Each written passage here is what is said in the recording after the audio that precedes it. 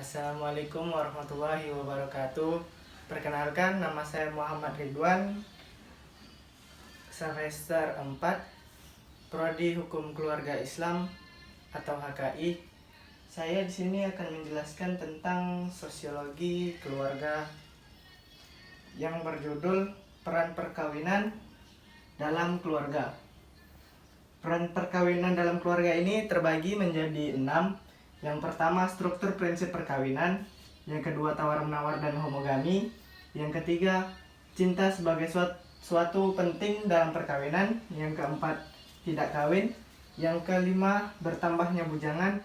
Yang keenam, desakan untuk menikah. Yang pertama, struktur perkawinan. Struktur perkawinan ini menurut Winshyang, cara berkencan mempunyai beberapa fungsi dan akibat penting, yaitu terbagi menjadi 3. Yang pertama, kedua belah pihak tidak merasa adanya suatu keharusan untuk meneruskan setelah pengalaman pertama. Yang kedua, merupakan bagian dari pengalaman proses sosialisasi, terutama untuk memperkenalkan tiap individu dengan rahasia lawan jenis dan pada akhirnya mencapai puncak pada pemilihan jodoh. Yang ketiga, menekankan pada pola stratifikasi dalam masyarakat. Yang kedua ini tawar-menawar dan homogami. Tawar-menawar adalah peraturan pertukaran dan penilaian yang relatif mengenai berbagai macam kualitas. Contohnya seperti hukum adat masyarakat Arab. Keluarga laki-laki membayar emas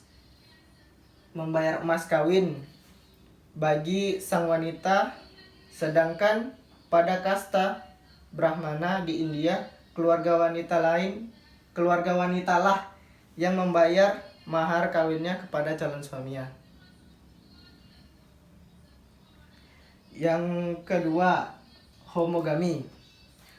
Homogami adalah kecenderungan untuk memilih pasangan dengan karakteristik pribadi yang mirip dengan diri sendiri. Sistem pemilihan jodoh menuju kepada pernikahan homogami sebagai hasil dari tawar-menawar. Contoh homogami: keluarga kaya memilih gadis dari keluarga kaya dengan kepribadian yang tinggi juga sebagai calon menantu untuk anak laki-laki mereka. Begitu juga keluarga gadis tersebut tidak perlu mengikat dirinya dengan keluarga yang kedudukannya lebih rendah guna mendekatkan suami yang serasi. Keluarga gadis tersebut tentu saja mencari calon suami dengan kualitas yang lebih baik. Dapat dilihat bahwa homogami merupakan hasil penyaringan pribadi-pribadi secara selektif menjadi pasangan-pasangan yang sifatnya sedikit banyak dinilai sama dalam perkawinan.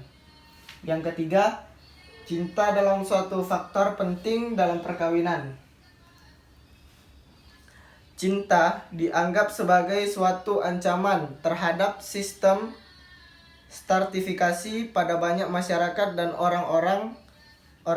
orang-orang tua memperingatkan untuk tidak menggunakan cinta sebagai dasar pemilihan jodoh. Tetapi sudah jelas bahwa jika faktor-faktor kekayaan, pekerjaan, kasta, umur, atau agama tidak dapat menghentikan cinta. Menurut Robert F. Witz mengemukakan bahwa dalam pemilihan jodoh, setiap orang mencari dalam lingkungan orang yang diperkirakan dapat memberi pengharapan terbesar untuk memenuhi kebutuhannya. Yang keempat, tidak kawin. Kecenderungan orang-orang dewasa untuk membujang, cerai, pisah ranjang, janda, atau tidak menikah.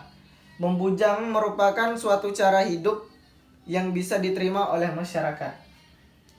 Yang kelima, bertambahnya bujangan. Kecenderungan peningkatan bujang muda. Mengapa? Ada 3 faktor sosial yang mendorong orang-orang muda untuk menunda pernikahan. Yang pertama, kesempatan-kesempatan untuk bekerja dan berkarir bagi wanita yang semakin meningkat menyebabkan pernikahan yang kurang menarik bagi para wanita. Yang kedua, jumlah kontrasepsi yang meningkat memberikan kontribusi dalam mengambil keputusan untuk membatalkan pernikahan. Yang ketiga, dengan kontrasepsi yang efektif, semakin sedikit pasangan yang mengungkapkan bahwa mereka harus menikah disebabkan karena kehamilan. Dan yang terakhir adalah desakan untuk menikah. Desakan untuk menikah mengacu pada kenyataan bahwa terdapat suatu akses dari peningkatan-peningkatan yang signifikan terjadi dibanding pria muda yang pantas menikah. Baiklah, terima kasih. Sekian yang dapat saya jelaskan tentang peran perkawinan dalam keluarga. Kurang dan lebihnya saya mohon maaf. Allahul muwaffiq ila aqwamit thoriq. Assalamualaikum warahmatullahi wabarakatuh.